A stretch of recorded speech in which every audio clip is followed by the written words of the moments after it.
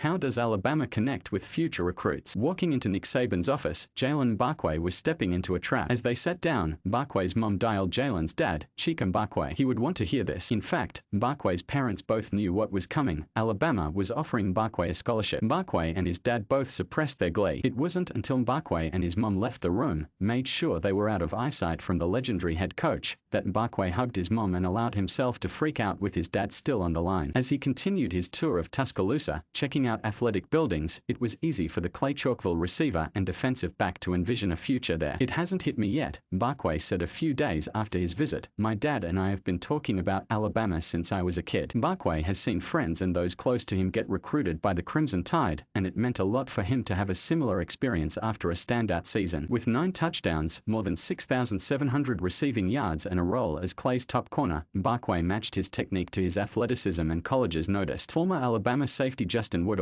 now a part of All-in-One Training Academy, compared Mbakwe to Kool-Aid McKinstry, another client of his. During the season, as Clay went an undefeated 15-0 to win the AHSAA Class 6A title, Mbakwe would send Woodall film and the pair would break down defensive concepts he'd see in college. "That impact is huge on Jaylen," Woodall said of Alabama's interest. "He's been working, he's starting to understand the game. Now he has some proof. He still has at least a year of recruitment left, including offers from Georgia, Auburn and others, all without a 247 sports ranking, but the Crimson Tide gave Mbakwe an experience that can be an early difference maker in a recruit's journey. And he wasn't the only one they surprised that weekend. While other teams filled coached staffs or pushed for a final recruit in the class of 2022, Saban and co. were establishing a foothold with current sophomores and juniors. In addition to Mbakwe's friend and teammate Mario Craver, Alabama hosted elite prospects. 5-stars Peter Woods and James Smith visited others like Arch Manning and kept pursuing even a few committed recruits like in-state lineman RYK's McEldoy, all the while having the nation's number 2 class locked in. Nick Alvarez is a reporter for Alabama Media Group. Follow him on Twitter at Nick_A_Alvarez or email him at nalvarez@ol.com.